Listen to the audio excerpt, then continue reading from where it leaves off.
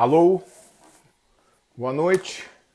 Boa noite a todos. Vamos fazer uma live hoje com Peter Boelal e comigo. E para discutir um pouco sobre o articulador, eu estou aguardando o Peter entrar. Não entrou ainda, pelo que eu estou vendo aqui. Deixa eu ver. Mas não entrou. Estou aguardando. E o que nós vamos falar é um assunto que é interessante, às vezes pode ser considerado até, como a gente escutou falar, um pouco maçante, porque é articulador. E articulador é uma coisa que quando a gente aprende na faculdade, eu não estou vendo o Peter ainda por aqui, ele teria que ter já me pedido, nós conversamos agora há pouco, aqui, vamos ver. Clínica, tá aqui, pronto. Já estamos conectando, o Peter já fez o cabelo, já está tudo certinho. E agora vamos... Olá, o Peter aqui. Ei, Peter. Oi. Tudo bem? Tudo bom, e você? Tudo legal. Tá. Faz tempo que a gente não se fala, né? Muito tempo. Ai, meu Deus. A gente tentou treinar alguma coisa aqui, mas não deu. Você não podia, eu não podia, mas vamos que vamos. É difícil que quem trabalha bastante não tem tempo, né? Isso Peter, aí. a gente vai falar um assunto aqui que eu acho que é interessante para muitas pessoas e a gente vai tentar tornar ele o mais agradável possível, porque articulador não é uma coisa da clínica diária, né? Então, eu vou fazer só uma introduçãozinha, depois você fala e daí a gente começa, tá bom? Então, eu estou muito feliz de estar fazendo essa live com o Peter, que é um grande amigo de muitos anos. Foi aluno do professor Planas, como eu fui também. Eu diria que aqui vocês podem, quem está assistindo ou quem vai assistir, vai estar presente numa discussão bastante próxima, bastante pura da RNO. E vai ser bacana. E agora eu passo a palavra para o Peter para ele poder conversar ou se anunciar e falar alguma coisa, depois nós vamos começar a live efetivamente. Ok. Como o Zé Marques falou, nós somos assim companheiros de muito tempo da RNO.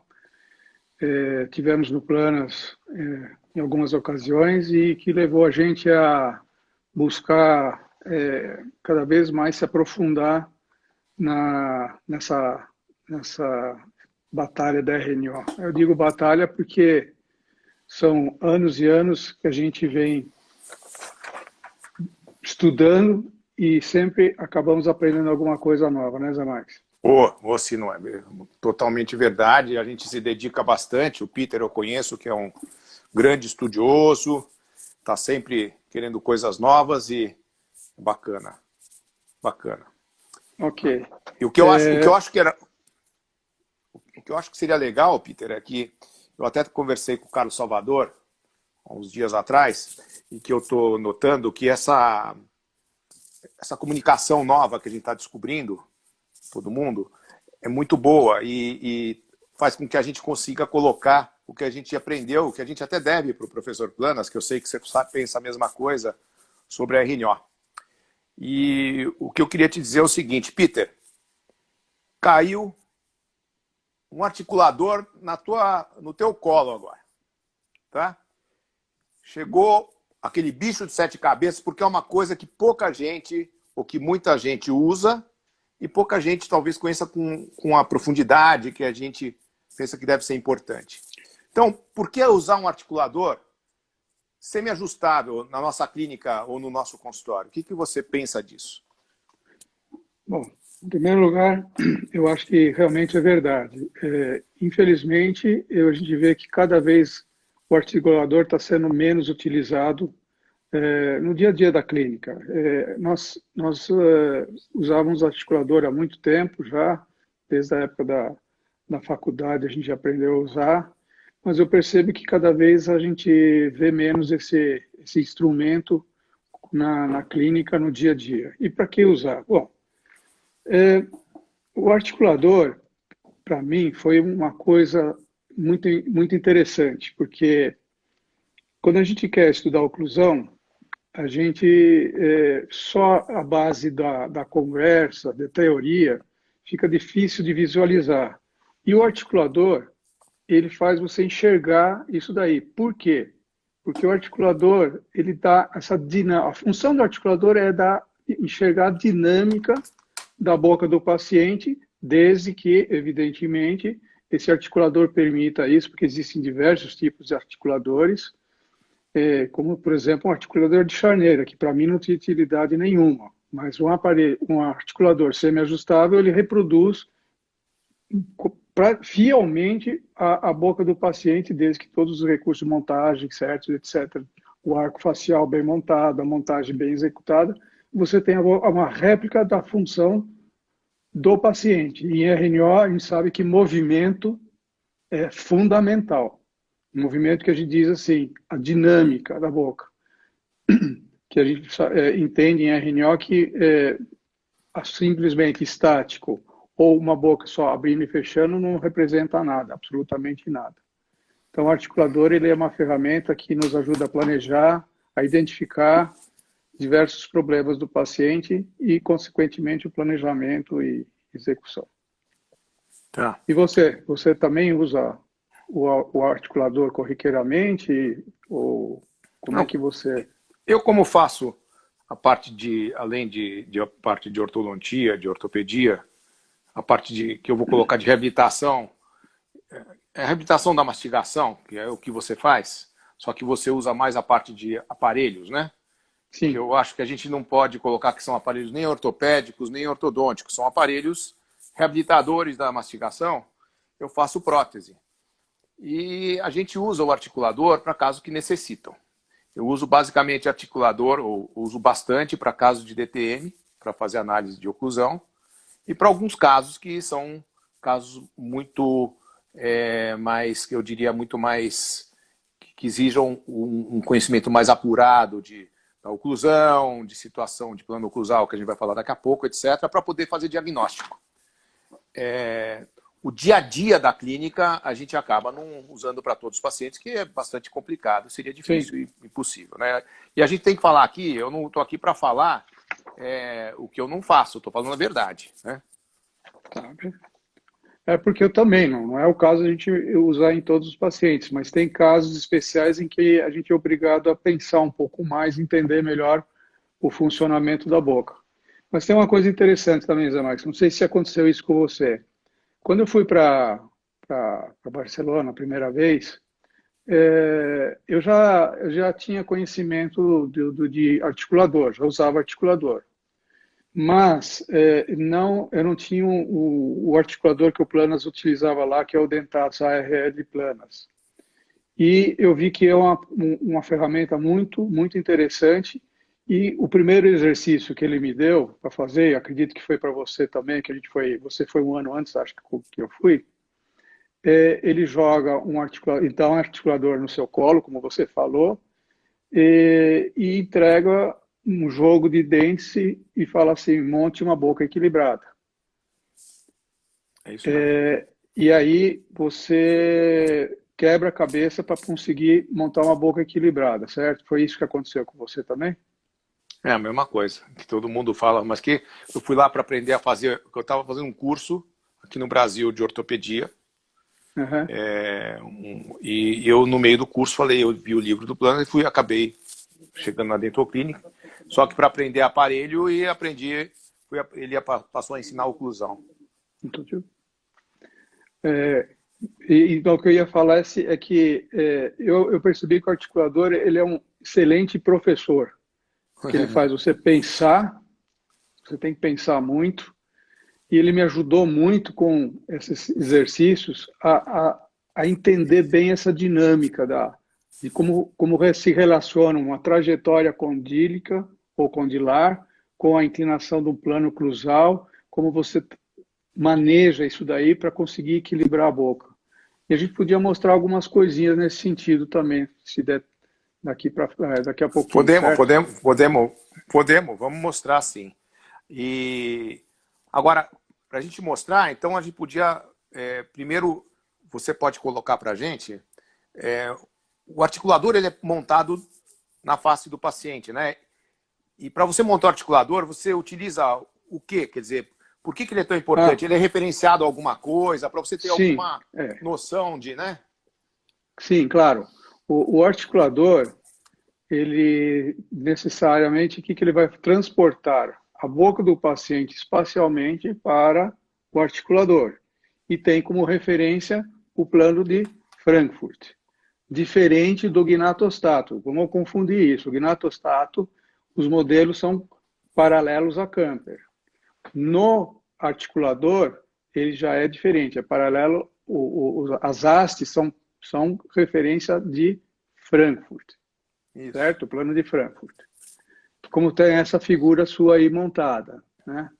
Então, o que o arco está fazendo, se relacionando a alguns pontos craniométricos, o arco parece que é diferente do meu. O meu utiliza o tragus direito, o tragus esquerdo, e o ponto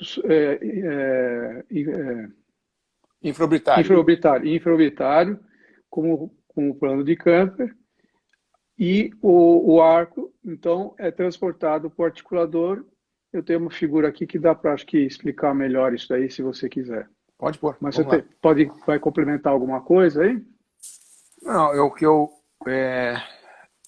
vejo é que esses os modelos são montados no articulador com todas essas referências e eles nos dão a noção importante de como esse modelo tem que se situar no espaço do crânio. É importante, você falou uma coisa importante aí, que acho que a gente tem que até, para quem conhece a RNO e conhece, por exemplo, o gnatostato que você falou, o Planas achava tão importante o plano de Camper para a gente relacionar a oclusão, que ele, quer dizer, tão importante, que o gnatostato realmente ele tem as bases, ou tem a base superior paralela a Camper, e não é a Frankfurt. E é importante isso que você colocou agora para as pessoas não confundirem, que são coisas diferentes, né? O Frankfurt, como eu tenho aqui, ó, o plano de Frankfurt, ele é paralelo ao solo, tragus infraorbitário, que é esse do L que você está mostrando aí, e o Camper, ele sai do mesmo ponto, que é o tragus, que na verdade é o côndilo, né?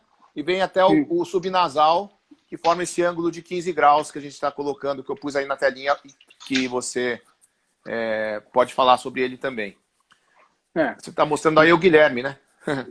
Meu Guilherme sempre é o meu seu modelo. Meu modelo. Então, nessa foto dá para ver de lado esse L aqui, que ele passa exatamente na haste inferior do plano de Frankfurt, tá? Numa vista frontal dá para entender melhor isso daqui. Dá para enxergar bem aí, Zanak? Dá para enxergar muito bem, tá ótimo. Tá. E, logicamente, essa relação é transportada para o articulador. Isso. Tá? E, logicamente, depois o articulador, o arco, vai servir para posicionar o modelo superior, que vai ser fixado, e depois você tem a boca do paciente com uma relação espacial do paciente, da boca do paciente, em relação ao plano de Frankfurt. Isso. Então, porque hoje, por exemplo, existe uma confusão muito grande. E eu acho que, então, antes de falar até o que eu estava querendo falar agora, a gente pode começar a falar alguma coisa mais prática. Quer dizer, vamos montar então esses modelos em articulador e vamos ver o que a gente pode enxergar, né? E o que a gente enxerga? O que você vê sempre quando monta os modelos? Primeira coisa que você vai ver, eu tenho a impressão que é a mesma coisa que eu vejo. Então, eu estou te perguntando e a gente vai confirmar isso. Bem, você está me perguntando o que eu vejo no modelo montado no articulador? O que é a primeira coisa que te chama atenção quando você monta os modelos no articulador? Que, inclusive, você sempre fala para mim, olha, bom, eu não vou falar adiantado para ver, mas eu acho que é a mesma coisa. O que é importante quando você monta esse articulador para ver ele no espaço ali do articulador? O que você te chama mais atenção? Bom, a primeira coisa que eu procuro verificar como é que se encontra o plano cruzal desse paciente. Tá? É isso aí. É a primeira coisa que a gente tem que olhar. Tá. Mas eu queria falar uma coisa, Marcos, se me permitir. Claro. São duas situações distintas ou diferentes. Quando eu falo plano cruzal, é uma coisa, você tem uma linha imaginária e tal. Quando a gente fala situação do plano cruzal, eu vejo que muitas pessoas não diferenciam isso. E a situação do plano cruzado a gente vai ter que mostrar depois com alguma coisa, algum modelo ou uma boca de paciente, porque, na verdade, a situação do plano cruzado a gente se refere como se relacionam os dentes do lado de balanceio do paciente.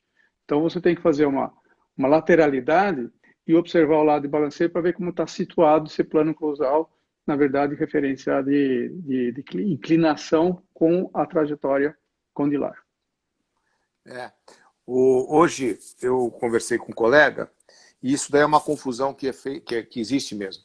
Ele falou para mim, eu falei para ele, manda para mim um protocolo, como você faz para montar, até um grande amigo meu, eu não vou falar quem é e nem a especialidade, não tem dica aqui, mas me mostra como é que você faz para você determinar os seus casos.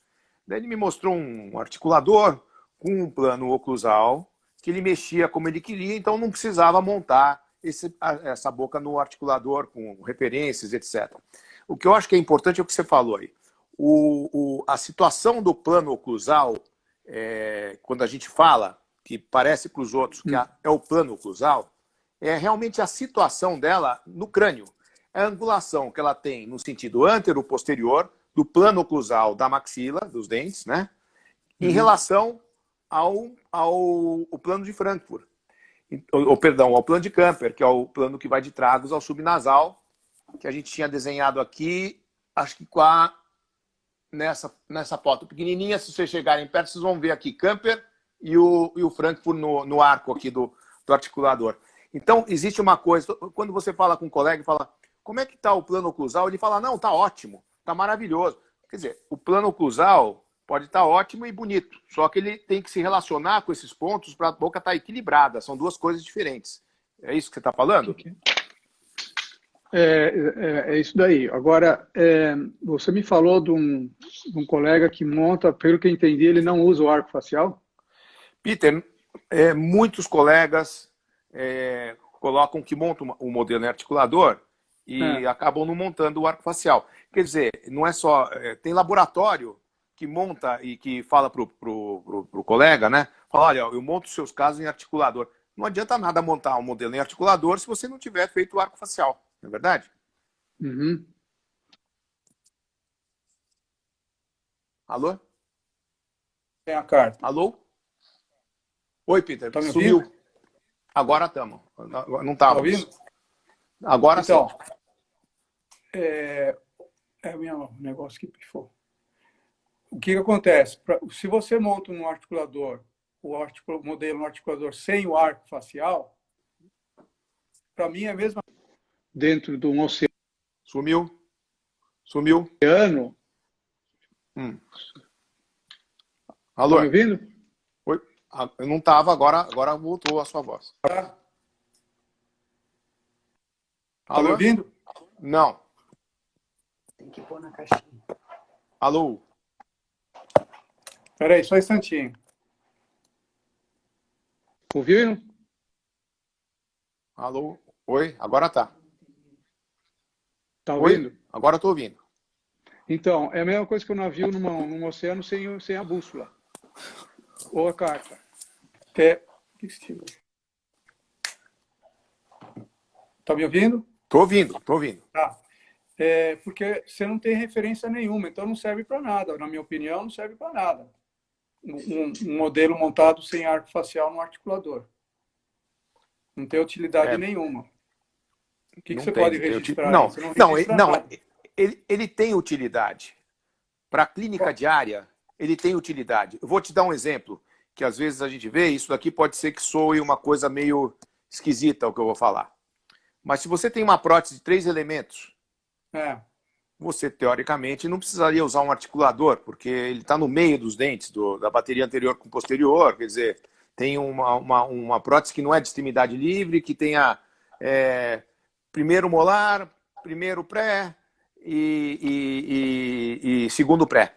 Ali você não tem, porque você não vai conseguir tirar do articulador o proveito necessário para montar aquele caso. Agora, quando é um caso de reabilitação, quando é um caso de dor e etc., sim.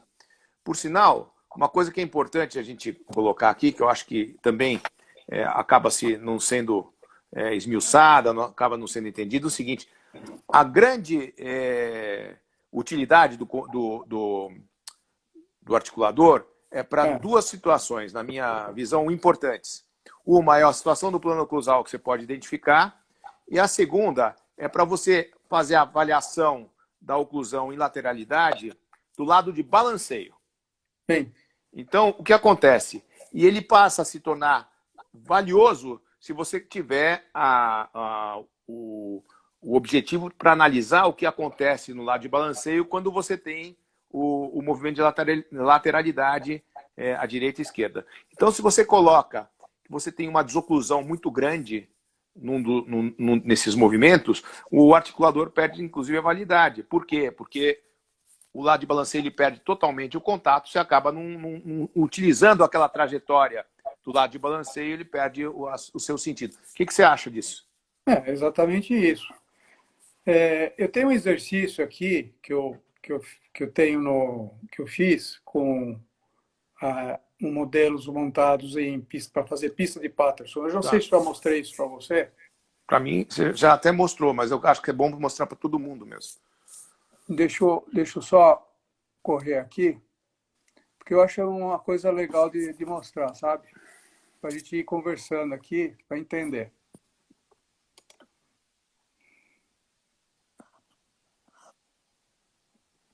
Vou melhorar aqui um pouquinho a situação. Isso. Então, o que eu fiz aqui? Eu fiz um modelo montado no articulador e esse modelo antes tinha dentes, na verdade, eu cortei os dentes fora, fiz uma extração seriada aí, arranquei todos os dentes e montei essa pista de Patterson já com um plano previamente paralelo a camper e uma dimensão maior. Por isso que o pino não está tocando na mesa incisal, porque o objetivo desse exercício é fazer os movimentos de lateralidade e esses movimentos vão gravando nesse material branco aqui, que é abrasivo, vai gravando como essas trajetórias vão gravando, desenhando essa inclinação desse plano cruzal aqui.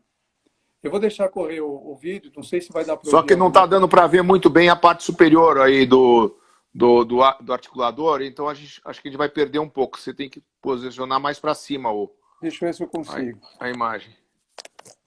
Melhorou. Não, agora não. Não. Um pouquinho mais para cima. Isso. Não. Aí melhorou. Talvez ficar um pouquinho mais longe, talvez. Não, Zara, põe um... Tirar isso aqui. Espera aí, Zara. O que você está fazendo aqui, Zara? Não é. Espera aí, só um pouquinho, Zé, mais.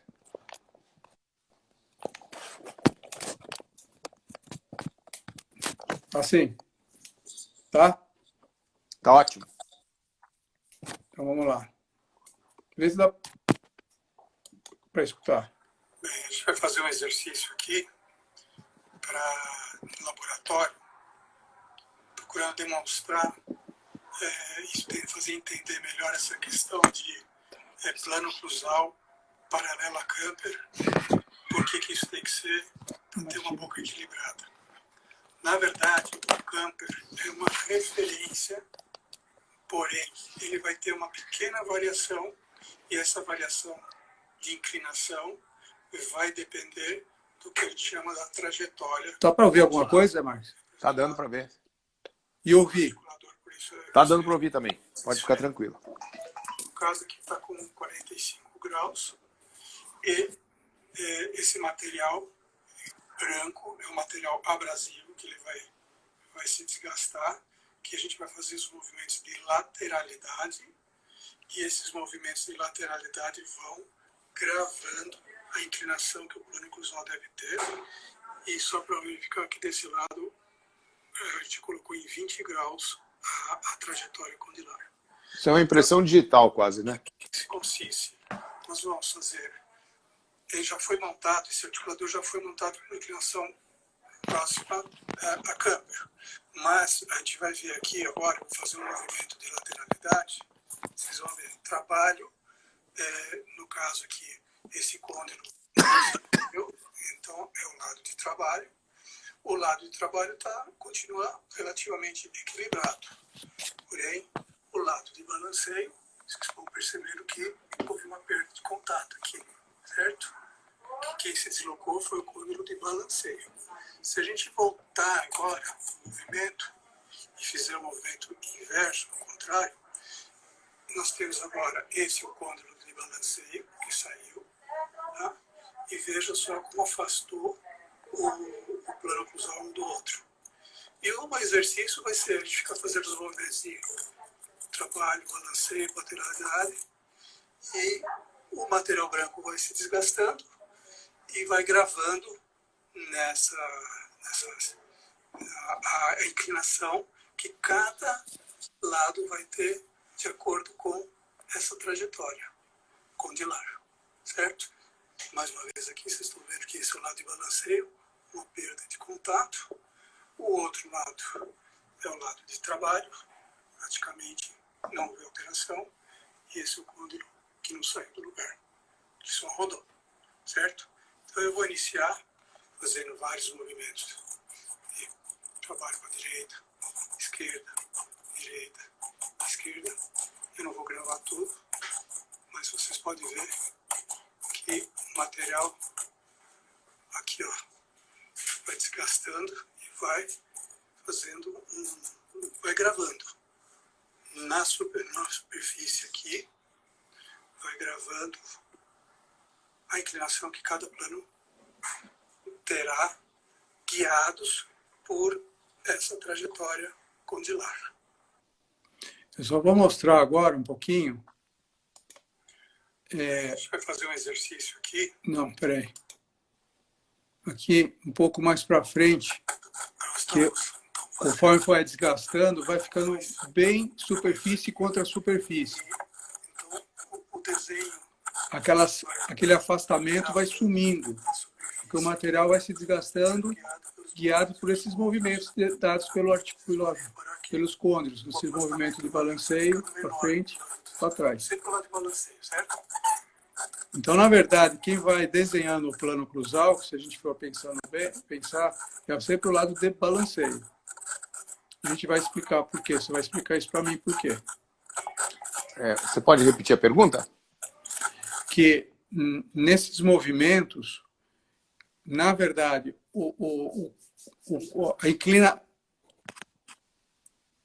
nesses movimentos, na verdade, a inclinação desse plano, quem rege isso, na verdade, é a trajetória do lado de balanceio. Você concorda isso? É isso mesmo. É isso mesmo. É aquilo que nós conversamos agora há pouco, que o problema, o articulador, a grande função dele é o lado de balanceio. E daí... Agora, eu quero chocar um pessoal um pouquinho. Posso chocar? Pode. Eu queria mostrar aqui umas bocas. Dá para enxergar? Os índios, Yanomamis. Isso.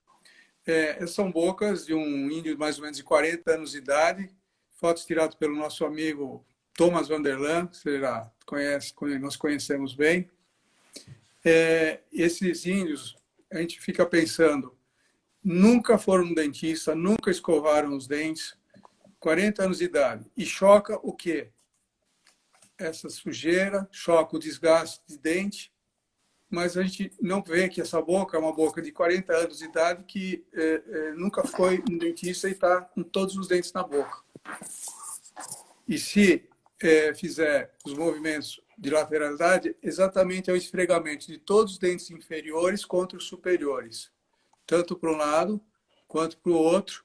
Aqui teve uma pequena perda, porque essa era de uma mulher que usava muitos dentes anteriores para cortar material. É lógico que a gente não quer isso, como uma pista de Patterson aqui. Esse exercício a gente fez junto, não sei se você lembra disso, Marcos. Não lembro, mas... Nós pegamos os dentes, cortamos as cúspides e montamos no articulador e descobrimos que para cada inclinação de trajetória,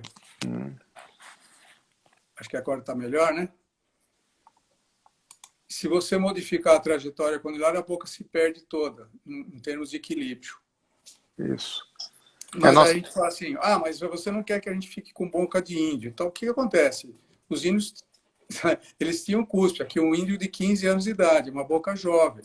É que nós, civilizados, a gente não chega a ter nenhum tipo de desgaste, mas os índios têm a boca jovem com as mesmas características, função em grupo, com topo a topo aqui, e o lado de balanceio também, com esfregamento de dentes.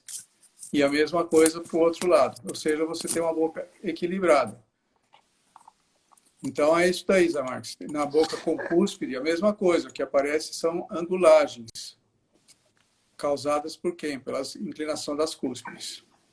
Mas o que eu vejo, Peter, que isso daí você já está até adiantando para se explicar, né, para referir às leis de Anal, né?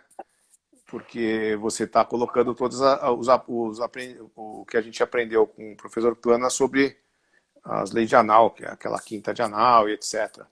Isso é para atiçar curiosidades. Para atiçar curiosidade, é bom, é bom. Agora, outro assunto que é interessante é o seguinte: você monta, ou como é que se monta os modelos? Isso é sempre uma questão crítica minha. Quer dizer, quando você vai fazer uma reabilitação de um paciente com ausência de dor, que não tem sintomatologia, não tem nada, e você faz o registro do seu modelo no articulador e vai fazer um estudo desse paciente. Quando você faz o estudo, ou mesmo quando você faz um caso que seja um caso maior, você tem duas situações que você pode partir, tá? Não do estudo, mas para reabilitar. Uma é a montagem, daí não é no articulador, porque já não se trata mais de arco facial, é do modelo inferior contra o modelo superior. Você tem duas situações. Ou você vai montar essa oclusão numa mordida que se chama a habitual, que é a máxima intercuspidação habitual, que em RNO chama-se oclusão funcional, ou você vai montar na ROC, que é a escola que se estuda em oclusão aqui no Brasil, etc., que é a relação de oclusão cêntrica, que seria o primeiro contato, depois da relação cêntrica. O que em RNO a gente chama de oclusão cêntrica. O que em RNO nós chamamos de oclusão cêntrica. Então, você tem essas duas montagens. Eu falo muito o seguinte, que se você monta o modelo na oclusão habitual ou na oclusão funcional da RNO, você está pecando já de início. É um erro muito grande, porque você pode desconsiderar isso, por alguma razão que você queira, mas você não vai ter a premissa como verdadeira, porque você vai ter dois côndilos e a oclusão, né? Só que os côndilos não vão estar centrados. Um vai estar em posição diferente do outro por causa da diferença da ROC, né? Com a MH, que é a máxima intercuspidação, ou oclusão cêntrica com funcional. Isso me faz ver que, muitos casos que eu encontro de DTM no consultório, que eu trato bastante, e você vai analisar, eles têm essa diferença, a maioria dos pacientes. Então eu vejo que para você fazer esses estudos, é importante você levar o paciente na oclusão cêntrica diferente da funcional e avaliar isso para poder ver ou verificar como é o starter do tratamento. O que você acha? Porque a ideia do articulador é exatamente reproduzir a boca na sua com fidelidade. Então, se você tem um paciente, vamos chamar assim, de forma vulgar, dupla oclusão, que tem uma OCE, depois vai para uma habitual. Tá? Eu não sei esses nomes que você falou, ROC ou... de uma oclusão cêntrica para uma oclusão funcional. Só para você que eu fui pesquisar, né? E tem muita terminologia, às vezes confuso. Tá. ROC é relação de oclusão cêntrica, que é o primeiro contato. Sem que haja desvio nos côndilos. É o primeiro contato que é a nossa oclusão cêntrica. Tá. E depois, na hora que você for para a mínima dimensão vertical, tem um desvio. Tem um desvio. Esse desvio ele vai para ou para a direita ou para a esquerda. Máxima intercuspidação, que é a MIC, que para mim é a mesma que a máxima intercuspidação habitual, que para nós é a oclusão funcional, tá? Que é da onde parte, na verdade, a mastigação. Exatamente. Então, tá? se você quer fazer um registro adequado, eu acho que a gente tem que buscar exatamente nesse primeiro contato, onde Isso. os côndilos estão na sua posição mais adequada, sem forçar, centrados e sem nenhum tipo de deslocamento, com esse primeiro toque de dente. Tá? É aí que a gente tem que fazer essa montagem, para Exato. fazer um bom estudo. Exato. É assim que... Porque você vai reproduzir essa diferença de oclusão cêntrica para oclusão funcional no próprio articulador também. Saber onde está encostando, saber onde você, no caso, tem que mexer, seja por um desgaste ou seja por acrescentar, enfim. Como é que você faz? Porque a ideia é exatamente que a mandíbula se estabilize nesse primeiro contato e que os músculos, a articulação, periodonto recebam o mesmo estímulo. É. E o bacana é o que a gente vê é o seguinte aqui, e você vai confirmar, provavelmente, que o que o Planas fez a diferença na minha vida profissional, dentre várias, né? É que ele me fez eu virar um investigador da boca. E sempre procurar os porquês. Por que acontecem os problemas? Os 3 porquês. E o que acontece? A gente vê, por exemplo, o que a gente aprende na faculdade, quando nós aprendemos, a gente pegou um pacotinho do que vinham ensinando há não sei quantos anos atrás, pegou aquilo, e todo mundo fez isso, e continuou fazendo a sua clínica. Alguns tiveram a oportunidade de visualizar ou conhecer a RNO e ver essa odontologia de uma forma um pouco diferente. Que eu diria até, Peter, e acho, não sei se nós já conversamos, que hoje em dia a RNO ela passa a ser de novo uma novidade, porque a gente está introduzindo conceitos que são conhecidos há mais do que 70 anos, mas que são tão pouco praticados que eles vão passar, se houver entendimento dos nossos colegas, a ser uma coisa relativamente nova, porque são conceitos antigos, mas que estão sendo reforçados agora com a ajuda da internet, etc. Sim. Você concorda com isso? Concordo que a gente, essa ferramenta que a gente está tendo agora é interessante porque pode participar muitas mais pessoas dentro desse conhecimento, né? Você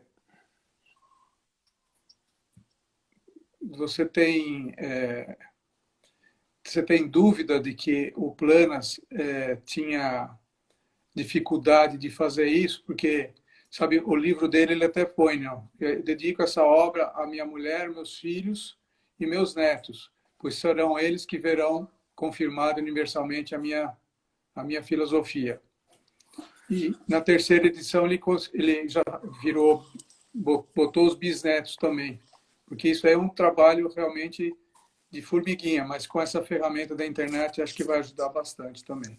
É verdade. Ó, deixa eu falar uma coisa. Tem um colega nosso que eu tenho acompanhado até, que ele é o 20 minutos? É o professor Sérgio Nakazone Júnior. Eu tenho acompanhado ele, eu não conheço, mas eu queria até mandar uma saudação para ele, porque eu tenho acompanhado e eu acho que ele é um colega que tem bastante valor aí no que ele tem colocado e falado.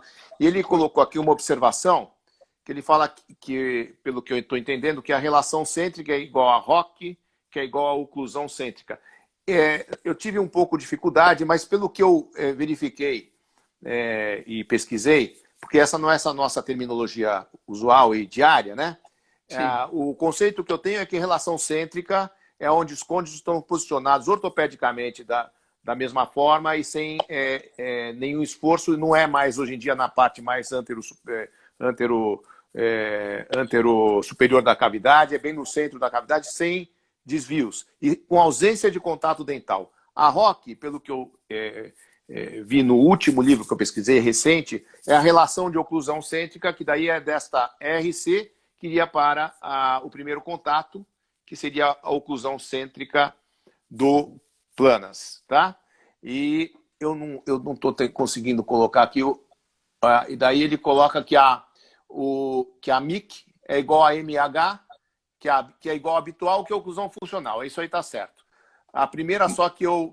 Não é que está certo, é igual. É igual. Não, A terminologia é igual. eu acho que ele está certo. A única coisa é essa RC que eu acho que, pelo que eu andei pesquisando, é uma posição mais ortopédica do côndilo, em que ele não tem contato dental. Mas, de qualquer forma, agradeço, porque ele está ajudando a gente aqui com uma coisa que a gente tem menos conhecimento da terminologia, né? É que a gente está acostumado com a terminologia do Planas, Isso. e eu sei também que tem várias terminologias para a relação cêntrica, oclusão cêntrica, MIC, enfim, tem várias coisas. Um abraço, Sérgio, obrigado.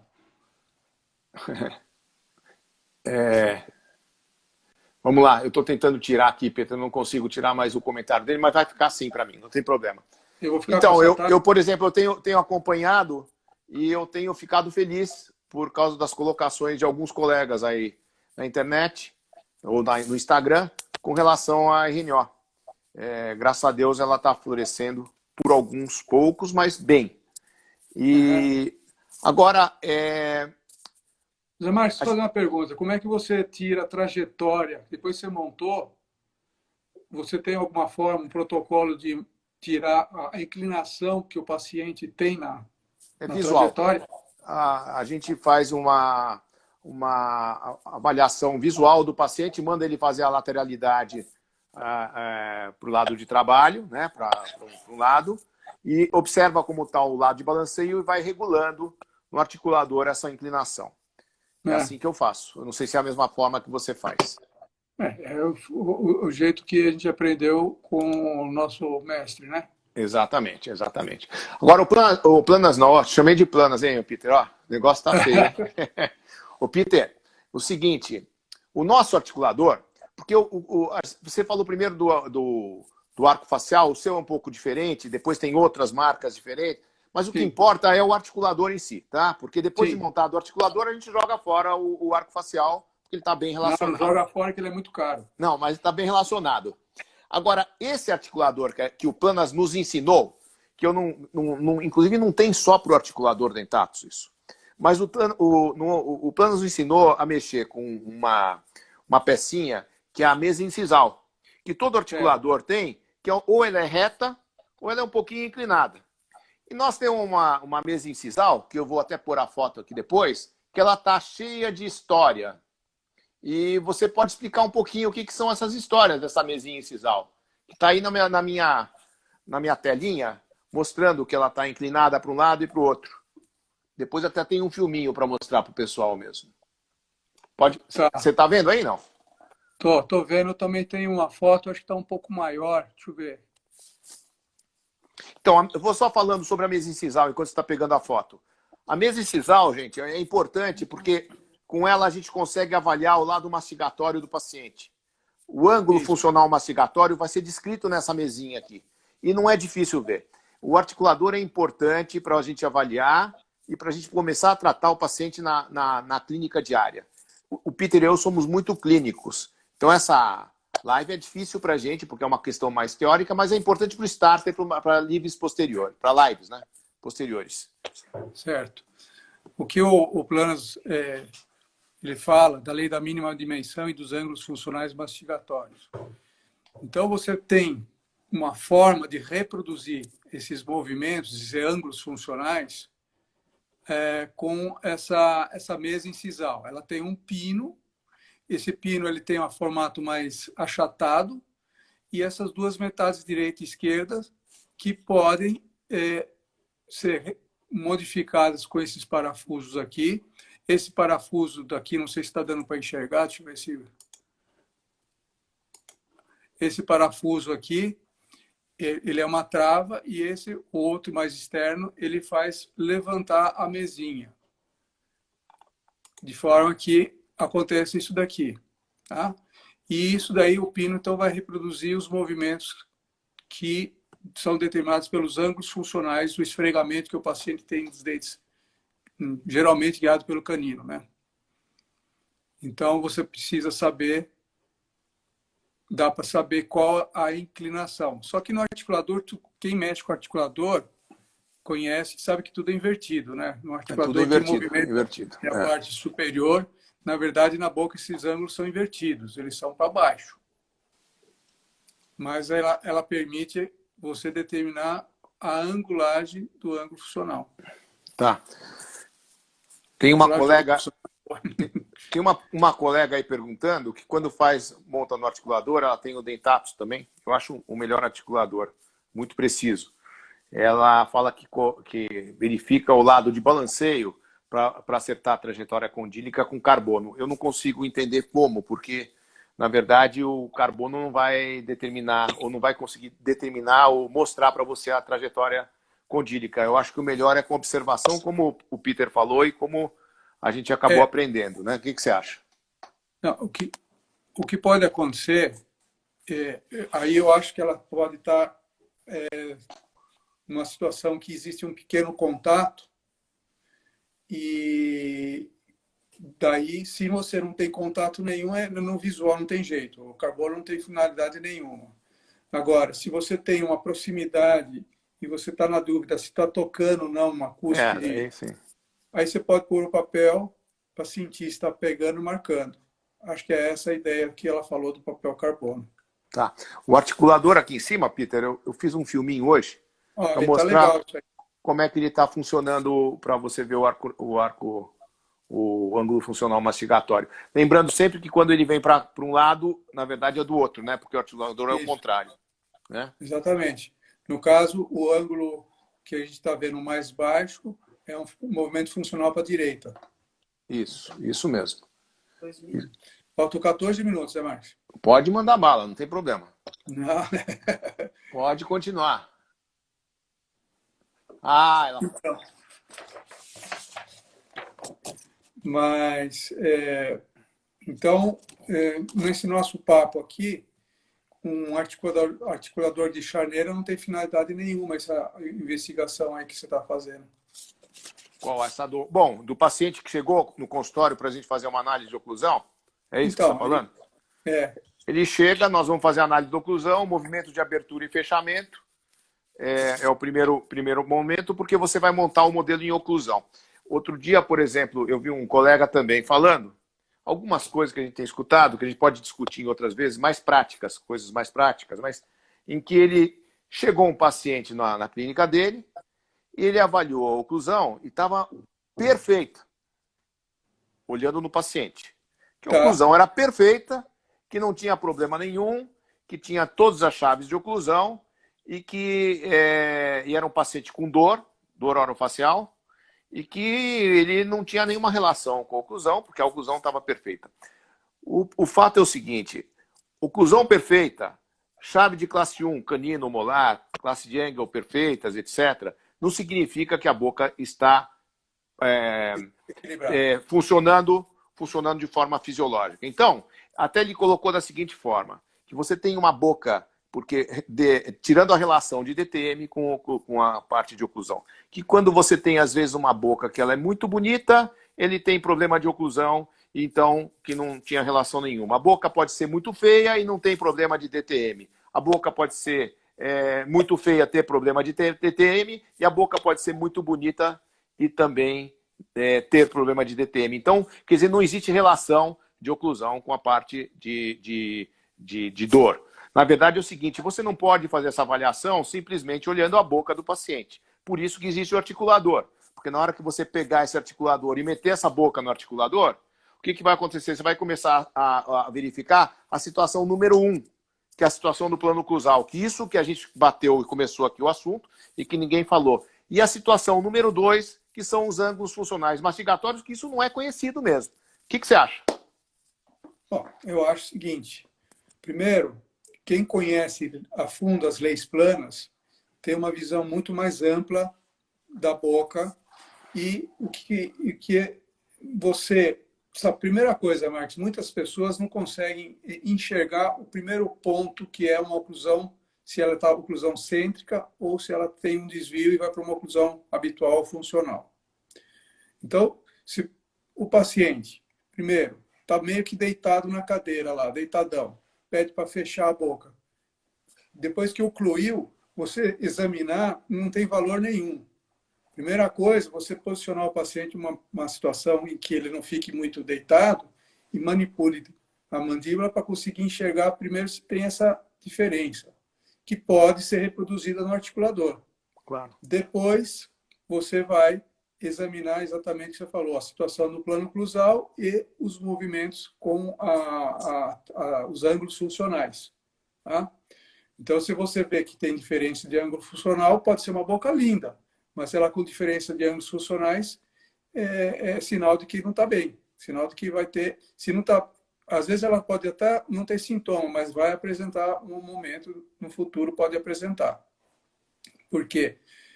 O ângulo funcional menor diz que ela tem uma preferência de mastigação desse lado do ângulo menor. E essa preferência promove estímulos diferentes, seja de ATM, de músculo, de periodonto, que vai dando com o tempo uma resposta de desenvolvimento diferente. É a mesma coisa que você ir para uma academia e fazer musculação com um braço e não fazer com o outro. De um dia para o outro, talvez você não tenha problema, mas ao longo do tempo, depois vai apresentando a diferença e os problemas, também os sintomas e os sinais. Isso. Peter, nós estamos a 10 minutos, não tem problema a gente chegar mais 5 para frente, tranquilo, tá? Porque nem 8 para frente. E nem se estourar o tempo que eu consigo gravar o IGTV que você está falando aí, não tem problema. Agora, acho que a gente pode começar a pensar em fazer uma conclusão do que a gente falou. O tema aqui ele é denso, porque é articulador, né? E ninguém gosta de articulador, porque é uma coisa mas que é sempre fala, desculpa, Zé Max, mas ela sempre fala que eu fico com os assuntos mais chatos para falar. Mas é verdade. Mas o problema é o seguinte, eles são chatos, mas são importantes, né? Muito importantes. Para você poder desenvolver, porque, por exemplo, outro dia teve uma colocação, ou existe uma colocação, como que faz um ajuste de uma lista, planas, de um aparelho, etc. Gente, para a gente poder fazer um ajuste de qualquer tratamento, você precisa conhecer bastante essência, conhecer bastante o que é o conteúdo básico da RNO. Daí você não vai precisar ter uma receita, e nem existe receita para você fazer isso para todos os pacientes, ou para todos os pacientes de classe 1, para tudo de uma forma igual. O tratamento é individualizado e você deve saber avaliar e entender profundamente a fisiologia da boca, né, do sistema mastigatório, para poder colocar, por exemplo, um aparelho. Então, a minha dica aqui é o seguinte, gente, vamos estudar a base, vamos conhecer fisiologia, vamos entender o que o Planas falava, vamos entender o que são as leis de Anal, vamos conhecer um pouquinho de Guise, vamos entender um pouquinho do início da formação da escola gnatológica, e daí para frente, para a gente poder decidir e escolher o que a gente vai fazer para frente.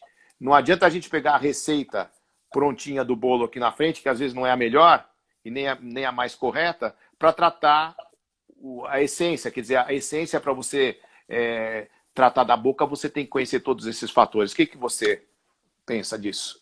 Não, eu concordo com tudo, mas eu acho assim, o resumo seria que o articulador é uma ferramenta muito importante para nos ajudar a estudar, a entender a dinâmica da boca, para fazer planejamento, inclusive fazer ensaios. Você faz uma boca e for fazer os desgastes, se você for fazer um desgaste, por exemplo, você pode fazer um ensaio no articulador para saber o que você precisa trabalhar para conseguir equilibrar a boca, para você falar, não, aqui eu tenho um pequeno ajuste e conseguir ajustar, a equilibrar a boca.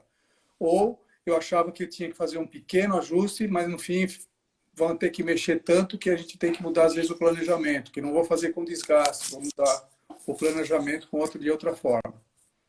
Você concorda também que ajuda disso também? Sim, concordo. Eu acho que você está correto nessa colocação. E eu acho assim, outra coisa que eu acho importante é que a gente precisa, como você falou, estudar, porque a odontologia, ela não tem jeito. O Planas dizia assim, o denominador comum de todas as especialidades é oclusão, é o equilíbrio oclusal. Isso é um denominador comum de todas as especialidades da odontologia. Não é uma exclusividade de prótese, de ortodontia, não é. É conhecer a boca. É nossa função como dentista entender como funciona a boca. E a gente vê a maioria dos profissionais saem como técnicos de boca, praticamente. Então, que o paciente abre a boca, examina os dentes a dentes, vê uma mancha, vê um dente um pouco girado e fica preocupado em girar o dente, tirar a mancha e não vê como é que a boca está funcionando, se ela está equilibrada, não está equilibrada, e relacionar as queixas que o paciente tem de dor com o que está acontecendo em termos de boca, a dinâmica da boca, da oclusão. A gente pega um quebra-cabeça, né? E tem que montar ele para entender o que está acontecendo. Bacana. Alô? Congelou. É isso aí. Tá ouvindo? Eu acho que é por aí. Eu acho que nós temos que estudar, unir o máximo número de pessoas que tenham entendido a RNO para poder divulgar a RNO de uma forma correta, como você tem feito, né? E acredito que alguns colegas possam estar fazendo também. E estudar os princípios. E os princípios não é só mergulhar no livro do Planas. Vamos estudar os princípios mesmo. Vamos para o GISE, vamos, como eu te falei, para início de escola gnatológica, depois o porquê que houve essa cisão, porquê que é a diferença, a forma de ver o funcionamento da boca, porque tudo tem uma explicação. E depois que a gente estuda bastante e entende, e tem a oportunidade de conhecer, a gente pode escolher, né? Eu fiz essa minha escolha há 30 e poucos anos lá atrás, porque eu entendi que eu ia para um caminho que eu não me arrependo em nenhum momento até hoje. Conheço os casos do Peter, são casos espetaculares, excelentes, defensor com uma bandeira enorme da RNO. Faço casos também muito fiéis à RNO e que os resultados são muito bons, que você tem experiência disso há anos. Certo? Agradeço as palavras e espero que a gente possa ter contribuído de alguma forma para alguém, que é natural criar confusão na cabeça a primeiro momento, mas que saia meio que essa dúvida seja resolvida depois com mais estudo ou mais conversas da gente, ou quem tiver dúvida pode procurar o Dr. Zé Marques, que é uma referência na RNO, ou a gente aqui também. E vamos marcar uma outra conversa, depois a gente vai conversar privadamente, para a gente fazer alguma questão que agora seja mais prática, mais digerível, até porque depois do jantar... Mais interessante para as pessoas, para a gente poder continuar esse assunto, tá? E vamos procurar ver um assunto, e a gente lança de novo, e a gente vai agregando cada vez mais pessoas que tenham interesse em conhecer a fisiologia do sistema mastigatório, não é verdade? Vamos encerrar, vamos estar 3 minutos, não fique com medo. Agradeço a presença de todos aí que vieram, participaram, agradeço, Zé Marques, por ter me convidado a participar dessa live. E vamos tentar dar prosseguimento nisso aí. Fique tranquilo que vai ser gravado, faltam 1 minuto e 53, não vai ter problema nenhum, tá bom? Abraço para vocês todos, tchau, tchau. Abraço, tchau, tchau para todos aí. Isso aí.